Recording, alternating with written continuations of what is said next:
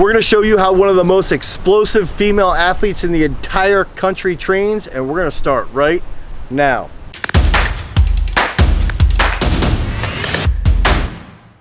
What's up everybody, it's Dave Miller from throwsuniversity.com, and if this is your first time to the channel and you are interested in learning about shot put technique, discus technique, learning the rotational movement, learning how to glide, and anything else related to throwing, make sure you comment down below with whatever you're struggling with, and you like, you subscribe, and you ring that notification bell. All right guys, so we're here today with one of the best female high school shot putters that has ever come through the state of Pennsylvania. One of the best high school female shot putters in the entire country. She's thrown 51-11 in high school. She's an absolute animal, Maria Deaviz. And so we're gonna walk through her training session. She's gonna take a whole bunch of throws, and some of the stuff that she's gonna be working on today is that we've got to get her to be grounded a little bit sooner with that right leg. Trevor Stutzman, the other Throws University coach, is her main coach, and he's designed her training protocol to improve her technique out of the back. And over again, she's tended to over rotate slightly, and she's been working on getting that right leg a little bit wider and grounding with that right leg a little bit earlier. And throughout this session today, she started to really feel that right leg ground a little bit earlier. She's throwing an 11-pound shot. She ended up throwing 48.2 today. She hasn't competed in over 4 months because of the coronavirus quarantine, but she's in tremendous shape right now. So Trevor's got her working on that 11-pound shot. She's got a lot better feeling coming out of the back. Because of that, she's grounding with that right leg in the middle, and she's able to feel that nice long finish.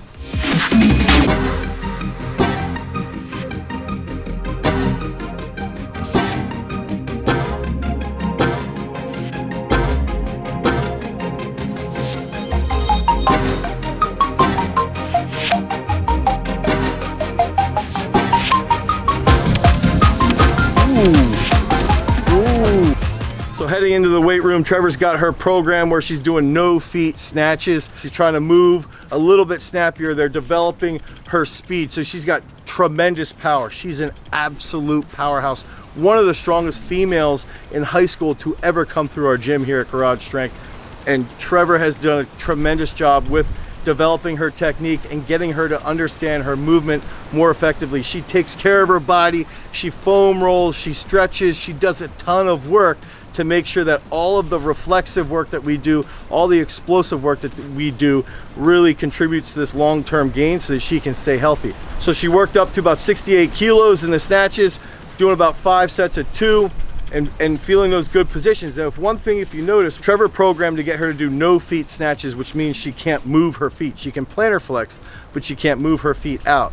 And part of this is because she tends to jump a little bit when she's throwing. And if you notice when she's snatching here, she's missing some of her snatches a little bit forward, taking a couple steps with it.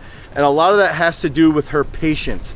She tends to be high wired, and high wired athletes struggle to be a little bit patient when they're immature, when they're younger.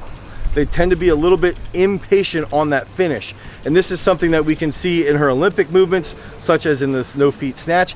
And it's very similar to what we see from her full throws with the shot put. And by having Trevor put that into her training program, she's learning how to be a little bit more patient on that finish. Then we moved over to 2-box cleans, again working those no feet movements. She worked up to 85 kilos on the cleans.